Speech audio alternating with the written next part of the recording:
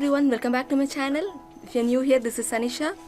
I was thinking the other day, has God given me any gifts and am I making use of it? Am I investing it?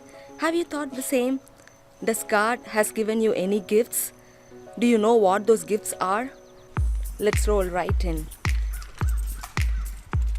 In the Bible, we could see that Jesus spoke in parables. One of the parables is the parable of talents. It's also called as the parable of 3 servants or the parables of the bags of gold. The master who was rich, who was wealthy, he was planning to go on a long trip.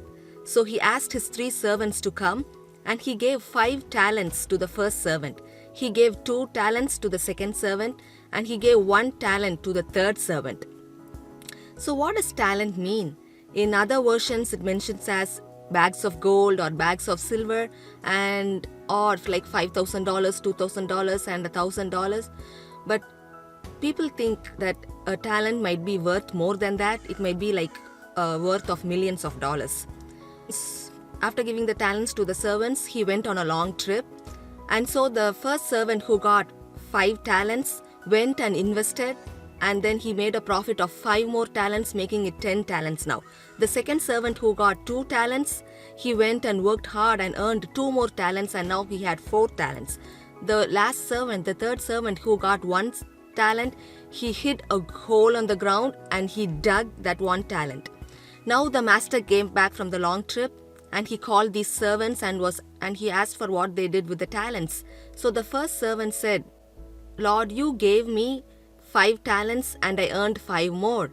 So the master was so happy and he praised the servant and said, "Well done, good and faithful servant. You have been truthful and faithful in the small things, so now I'm going to put in charge of many things. Come and celebrate with me. Let's celebrate together." That's what the master said. The second servant came forward and said, "Lord, you gave me 2 talents and now I made a profit of 2 more and now I have 4 talents. The master said the same exact words that he said for the first servant. "Well done, my good and faithful servant. You were faithful in small things. Now I'm going to put in charge of many things. Come, let's celebrate together. Celebrate in my happiness." So now he called the third servant, and the third servant brought the 1 talent that he had dug in the ground and he gave it to the master, saying, "Lord, I know that you are a harsh and violent man. Harvesting crops you didn't plant and gathering crops you didn't cultivate. I was afraid I would lose your money, so I hid it in the ground, and here is your money back." That's what the third servant said. He was afraid and did not want to disappoint the master, so he buried the money in the ground. But the master was not happy about it. He said, "Wicked and lazy servant, if you think that I was harsh and violent, why did you not go and deposit the money in the bank so that I would have got the interests now?" So what can we learn from this? What are the things that we can glean from this? The master here, the Lord here represents Jesus Christ, and the servants represents each and every one of us, and the talents are the gifts and abilities that God has given us. The master, the Lord, has given each and every one of us according to our ability, according to our capacity. When the Lord came back, the first servant and the second servant acknowledged that the talents were given by their master. They said, "Lord, you were the one who delivered it to us. You were the one who gave it to us. And we have increased them. And we have made profit." But the third servant, he did not acknowledge that the talent was given from his Lord. He said, "Lord, I knew that you were a harsh man." He did not say that, "Lord, you gave it to me." He did not use that word. He said, "Lord, I knew that you were a harsh man." He did not know about the Lord well. He thought that the Lord was harsh and violent. But Jesus was not harsh and violent. Jesus was a compassionate God. He was merciful and gracious towards each and every one of us. Even while he was on this earth, he was compassionate towards everyone. The servant did not realize that. He had a wrong opinion about God. He had a wrong belief. And we can see that it's mentioned that the third servant was afraid and he did not want to disappoint the Lord. He did not understand the love of the master. So how do you see God as? Do you see God as a harsh and violent God? If you think him that way, it will affect how you use the gifts and talents that he has given you. We are accountable to the Lord for each and every gift that he has given to us. He has given us those gifts to advance the kingdom of God, for the kingdom purpose. We can see that God gave those gifts according to their ability, and we can see that Master, the Lord, praised the first and the second servant equally with those same words. Even though the first was given 5 talents and the second was given 2 talents, we can see that the master said to the third servant that he was wicked and lazy. Yes, it was because of his laziness that he did not do anything with the talent that he got.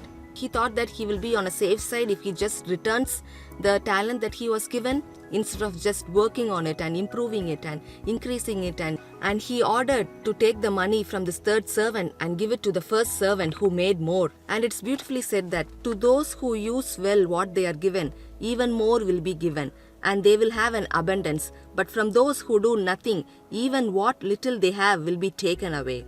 We have to ask ourselves, what gifts and talents that God has given us? Do we know what they are? Are we aware of it? Are we using it to advance the kingdom of God?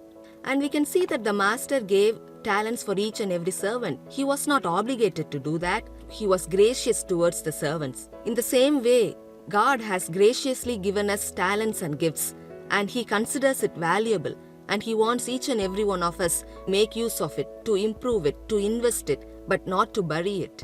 We can see Paul says that each and every one of us are the members of the body of Christ. Christ is the head, and we are all members of the body. God has given each and every one of us unique and special gifts. So if each and every one of us are focused on it and do that, then the body of Christ will work well. So we can see in the Word of God, in Romans 12:6, that we have different gifts according to the grace given to each of us. If your gift is prophesying, then prophesy in accordance to your faith.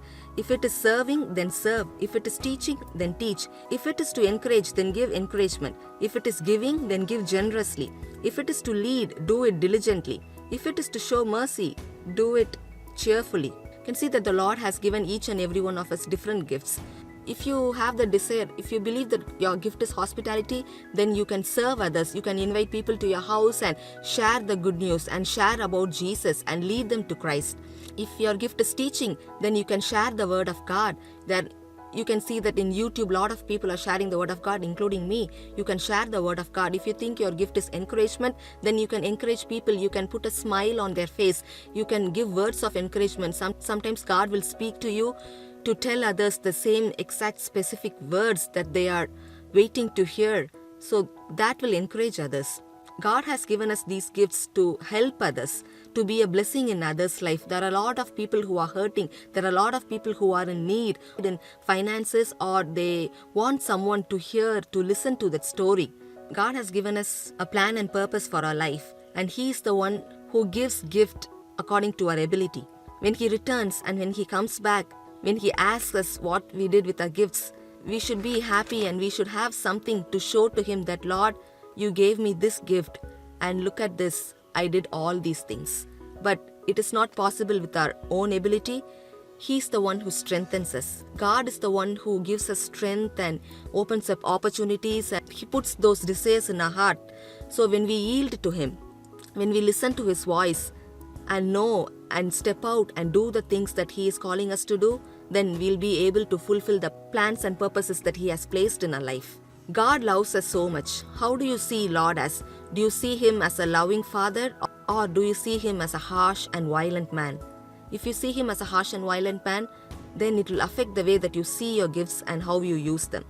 You will end up burying those gifts in the ground. But when you see Him as your loving Father, that He is always with you, He is on your side, He is there to help you, to strengthen you, to equip you.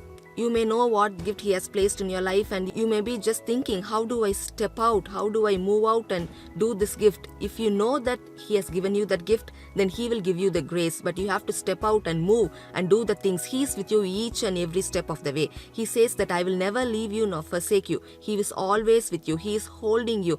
So just trust in Him and move forward and fulfill the plans and purposes that He has given in your life, the talents, the gifts and abilities that He has given to you. If this message has blessed you, share it with your friends and make sure to subscribe. Have a blessed day. God bless you.